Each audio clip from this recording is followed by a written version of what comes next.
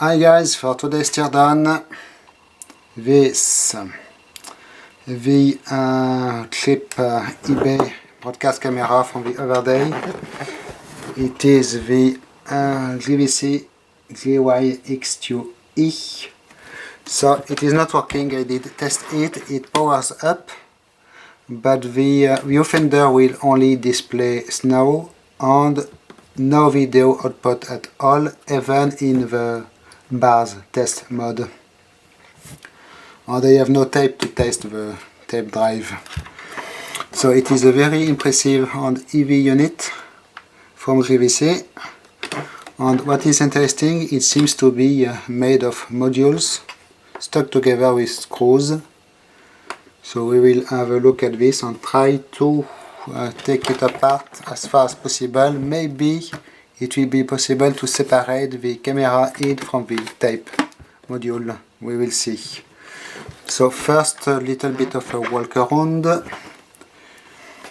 It seems that this pad here was replaced at some point. It seems not original. It was probably rubber and they did replace it with foam. You have your regular filter wheel here, main function power switch here, camera bars, all your regular camera controls. It is worth mentioning that on this camera the infrared filter is in quite good condition. It is not delaminating. It is interesting. Here you have your tape counter and time code information. It has obviously a built-in time code generator. Auxiliary settings here. A lot of them actually. On the back, missing battery holder, sadly. Your audio in connectors and power in connector, XLR connector at the back. On the top, your tape drive controls. Big tape drive here for SVHS. It is actually nearly 20 centimeters wide. Video out and audio out here. And time code genlock input here. Big shoulder pad here, and your attachment for tripod mount. It is interesting to note here we have a breaker access panel. It is just a rubber piece that will let you access to a breaker down here, the green pin here. Okay, so now how to take this apart. Obviously a number of screws to undo. We start with this plastic panel here because it is actually over two other parts. So it is a quite weird camera, very complicated and quite weird construction. So here is this panel, just a plastic panel here, written even ABS. And look at this, we add yes one hidden screw under it, and we have the loudspeaker, monitor loudspeaker, that has no further protection than this panel. Quite interesting. Unpopulated screw holes here and here. Now I will try to undo the shoulder pad. So two big screws here at the bottom. If I can find them.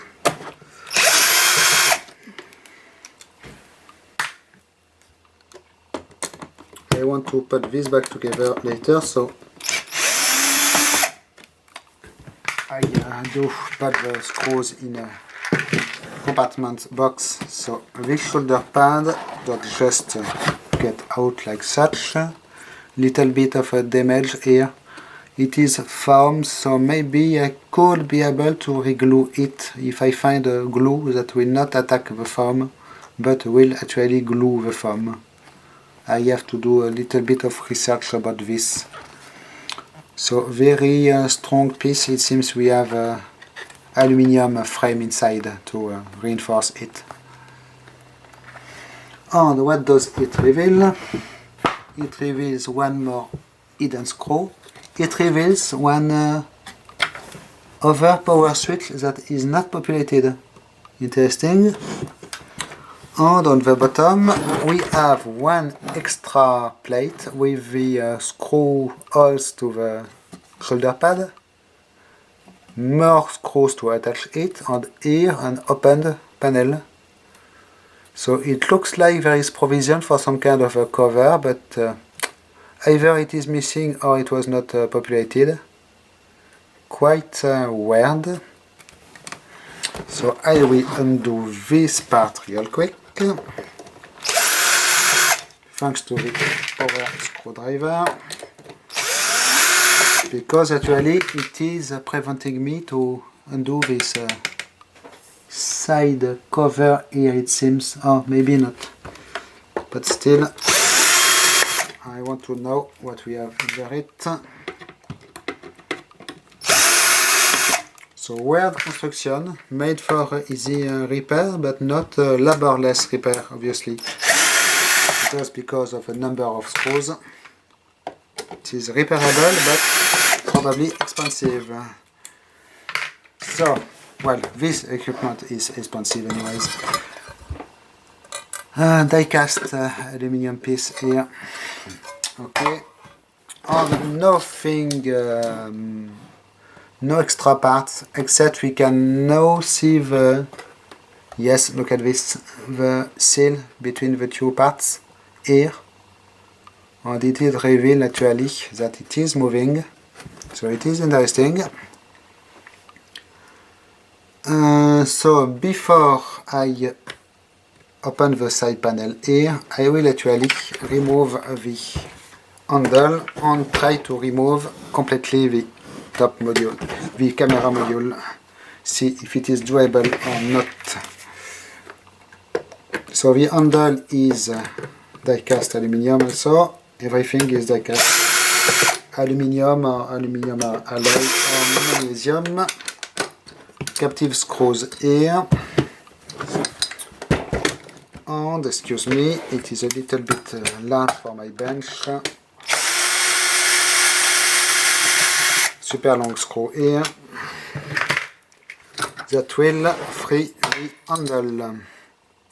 Yes, you can see die cast aluminium. Part here for the fingers in plastic, attached from the other side with two screws. And now it really looks like I am just two screws away from undoing the camera head. So it is really a modular construction.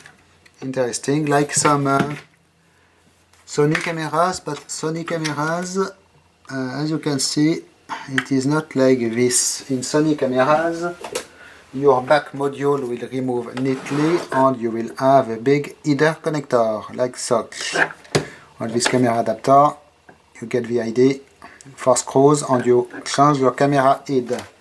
But here, it is not so convenient because you have one connector to undo and one delicate flat flex with delicate connector.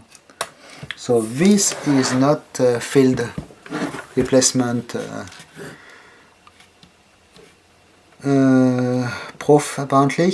It is just for repair or upgrade at the workshop level, but not by the cameraman himself on the field. Okay, so we have now our camera head and our recorder head that are separate. What do we do first? We will do the easier and smaller, the camera head. So as always, your free CCD module is attached from the inside. Is attached here with 4 screws and you can remove it. By the way, fingerprints here, and I will now undo this first panel. So again, captive screws.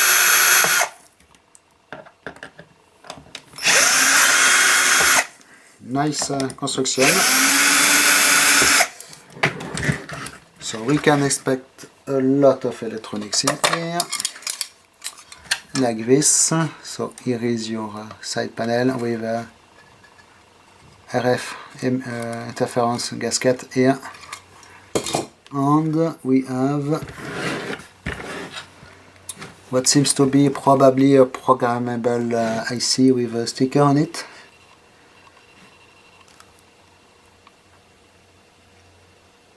We have this will flip out of the way if I remove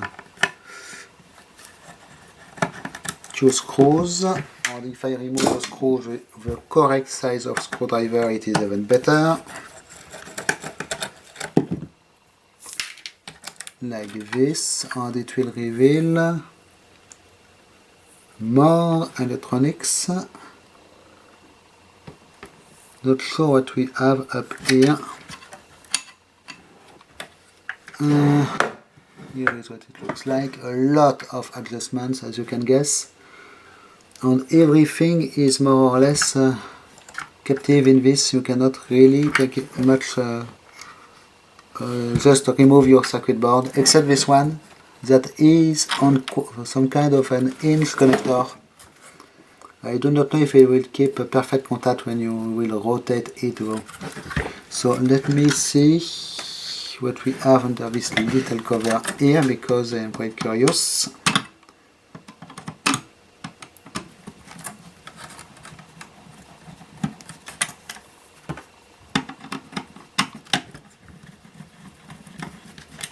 Sorry for the real-time screw in action. We have what seems to be an almost plug-in module, but no, there is a wire loom. Probably some power supply. Yes, it is written PS board. So power DC to DC converter, most probably in a 3-gate box that will go, is replaceable like this. Quite well construction, this thing really. Okay, let me undo. Here I am interested to see what we have. So I will install first this board. What is it called? No name on this one. A lot of parts, as you can see. I will zoom in for you as far as possible.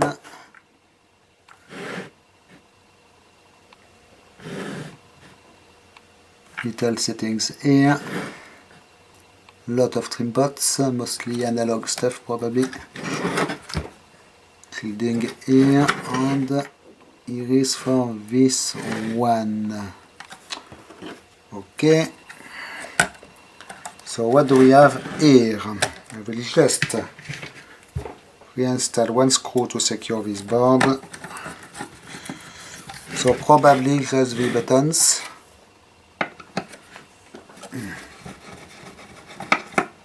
So with this black anodized screw, you really want to be careful when you undo them. Not to slip with a screwdriver, because it could ruin the anodized finish. And it is always sad. For this reason, I keep a number of spare screws from John cameras. And when I want to restore a camera, I have probably the correct screw in good condition, because it is quite a common model here. 3 mm and probably 6 mm long. So I was lucky because I did remove the correct screw here. And here is what we have. Just access to here. We can see one of the 3 CCDs. we can see the buttons, the PCB with buttons. Here we can see the backboard, and here of course more PCBs with more buttons. Nice quality ones, by the way. Made by Alps most probably.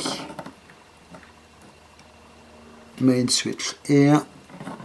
Little flat flex for these buttons, and bigger wire for the power switch of course. And no lack of flat flex in this camera.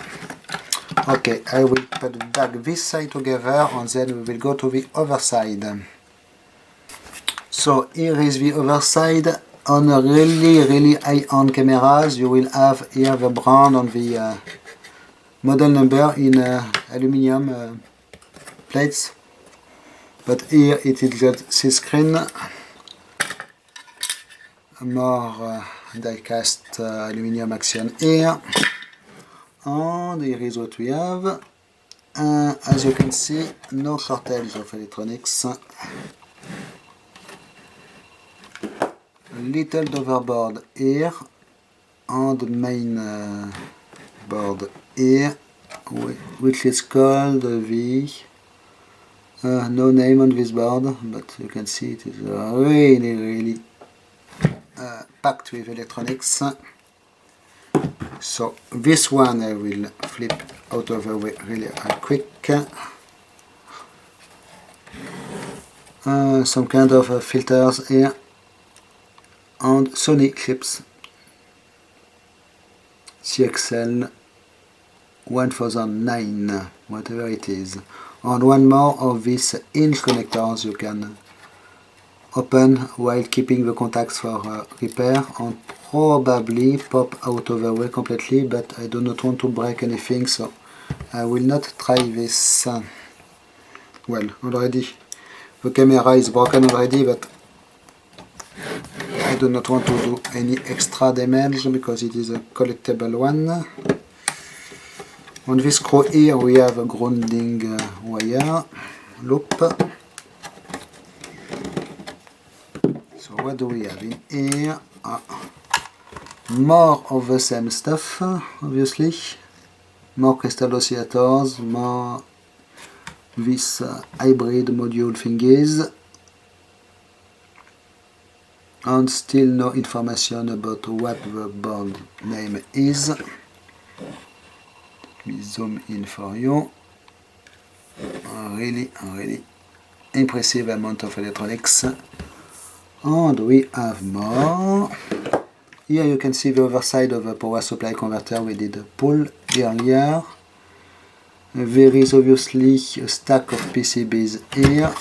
This one we can see from the outside.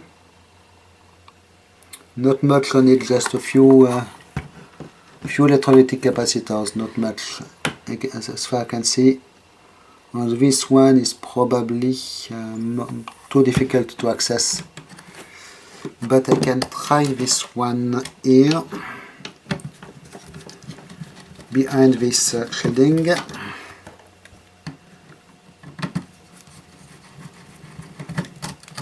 Really, I wonder in which order they put this together, because really it is quite insane. And as you can guess, more ICs, NEC brand this time, and Motorola brand.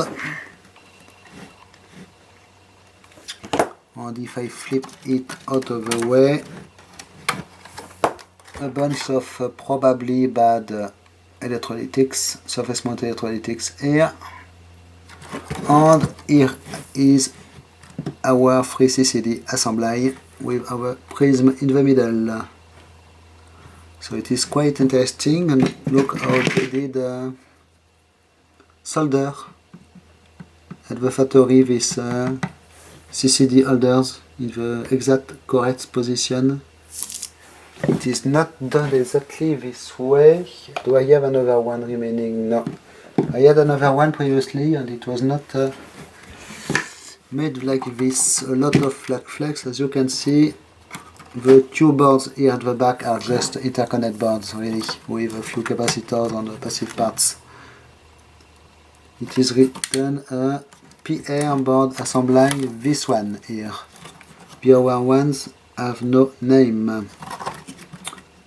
Okay, and here you can just see the other side, your lens connector PCB, all the buttons in the front. Not much to see here. Okay, I will put all this together and then we will go to the main tape recorder section. So I am back. First I will remove here the two covers over the screws that secure the tape cover. Those little cosmetic covers. Yes, it is a professional S. Will it open or not? This is interesting. No real luck. I wonder if, let me grab something, I will be right back. So I wonder if I can power the camera in this condition or not. My power supply is out of the way, but it is working. And no, I have no sign of life because this might be the main power supply feed that I will need to connect in this part of the camera, and then I have light.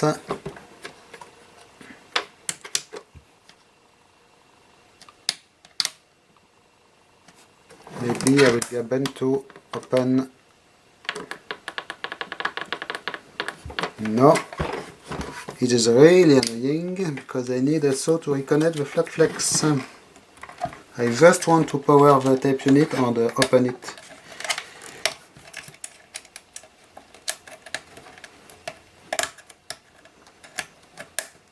No, it should be working. Yes. And I can open my tape drive. Here we are. So now I have to disconnect everything without breaking anything, like so. Okay, and at least I have access to my tape drive. So now I can remove the door and have a better look at it. So big, really big tape drive, almost like VHS, I believe, but I do not have any remaining VHS type, so it will not be easy to tell. I got rid of my last working production VCR in 2005, if I remember correctly, while moving home. In fact, I did break it during the move. It did fall. And I did never replace it. Okay, so cover A, and at least we have a very good view at the tape drive.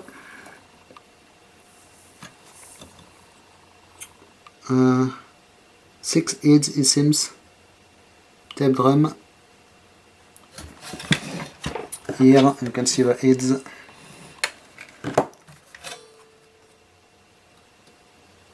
A number of them. Here the little indents here. No grounding wiper here. Sometimes, usually you have a grounding wiper that will ground your drum, and I will compare with, I believe this one is a i8 drum. Oops.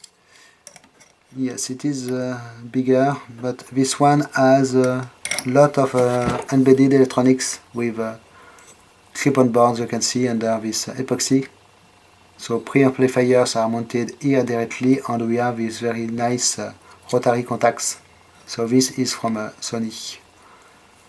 and plug-in device you can replace easily, but not here. It is very much like your regular VHS. In fact, big wires here for the power supply. In fact, it is the breaker right here. The breaker you access from the bottom. Okay, so this side is taken apart. Here we will only have all the terminals to the wires going to the plugs. So nothing to see in this section. I can see it is almost empty. Just the plugs here at the back and wires going to them. Maybe anyways we will have some kind of an access to it on better view from this side, which is probably also very much populated in electronics.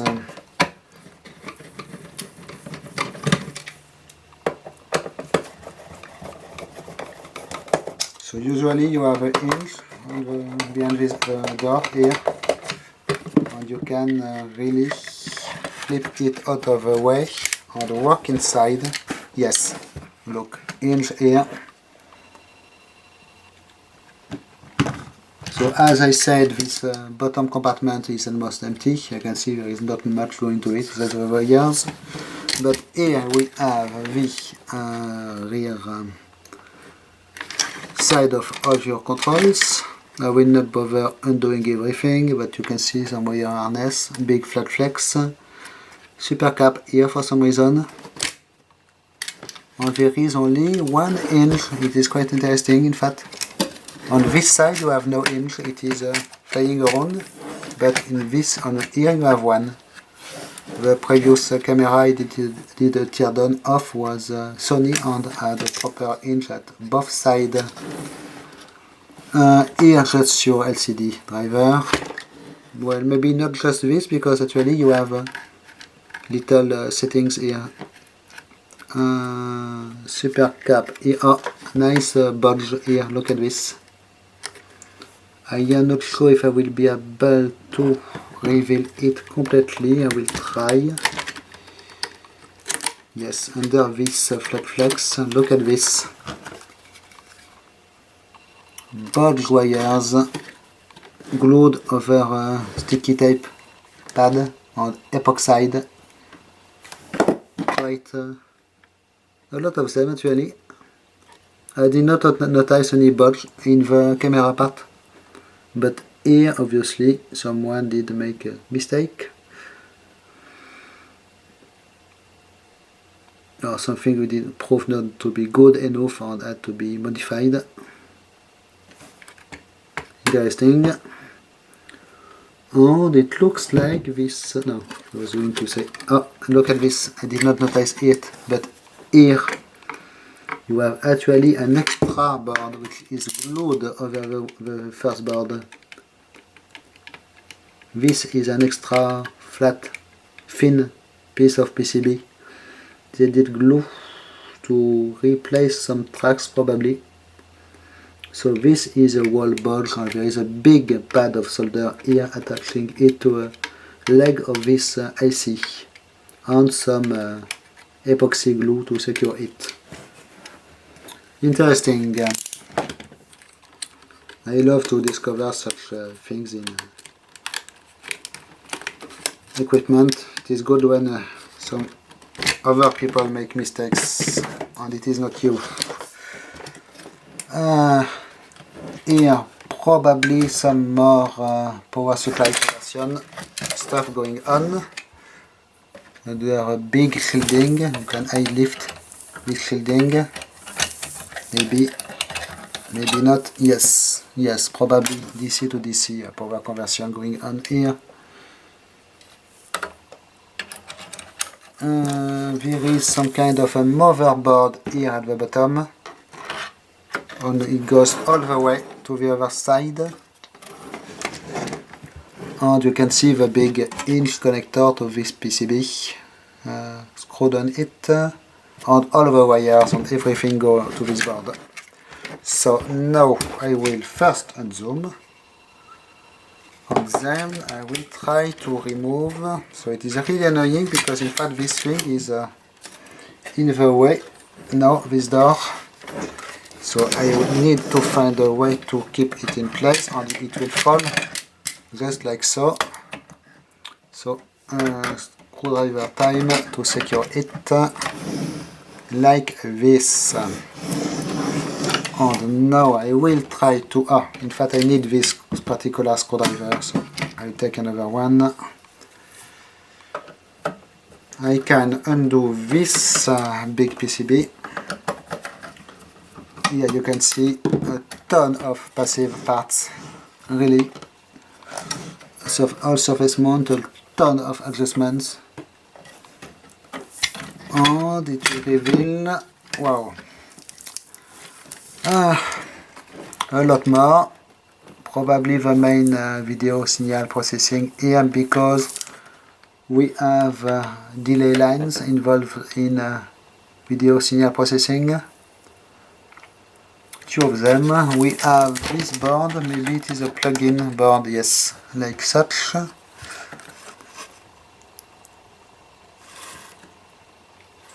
Little settings here. It is a AEC PWB assembly. Audio equalizer, maybe. Nice weird JVC shape here.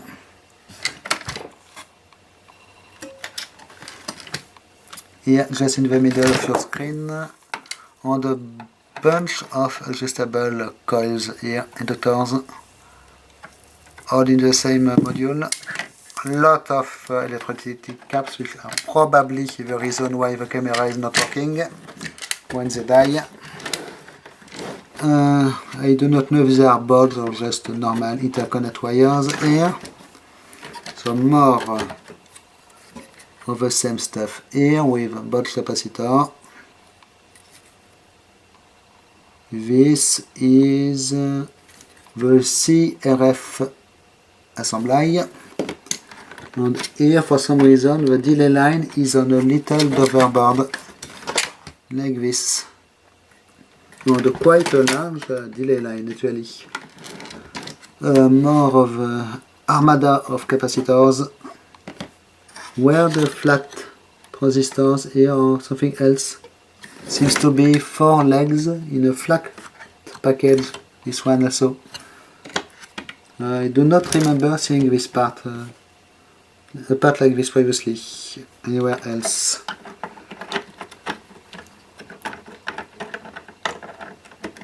Okay, I'll install this one here.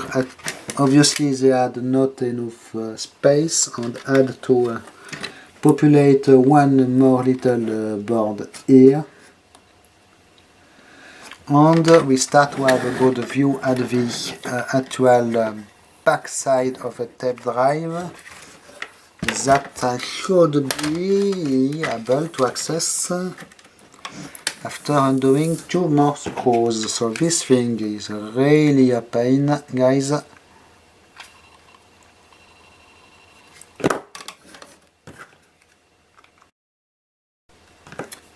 Let me undo 2 more screws. It looks like we have a hinge and it will flip out of the way also. Via overboard here, so it seems the power supply converter. A lot of, you can see the internal construction structure is made of steel, folded steel, but the case itself is die-cast metal. We have some shading here, and it will go out like this. So here is your view, main view to the tape drive, backside, main gear here for the main mechanism, also here driving motor here with a little belt that may be bad. This one also might be bad, actually seems not terribly good, not completely rotten at least, but not in pristine condition. Somewhere the interconnection PCB, here you can see they are bringing the flat flex here over tracks just to connect here to the other side. And here you have drum motor magnet. And on the board I did remove here, let me get this out of the way. More parts, of course. Big Elna capacitor here with a failed sticky tape pad under it. And guess what? Yes, will you see them? Will you see them? The other side has them also, so I will zoom. Maybe it will make a nice thumbnail for my camera also, for my video. I could write a country of bodges here, something like this. So bodge wires here and bodge wires here. Oh, this is a nice thumbnail. I will probably keep this one.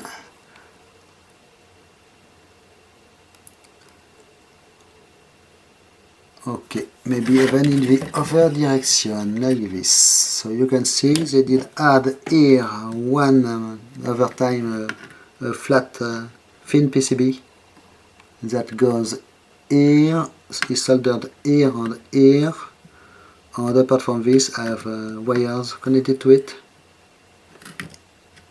So this will be a nice video thumbnail. And apart from this, we have one more little cover here. I may try to pop out of the way.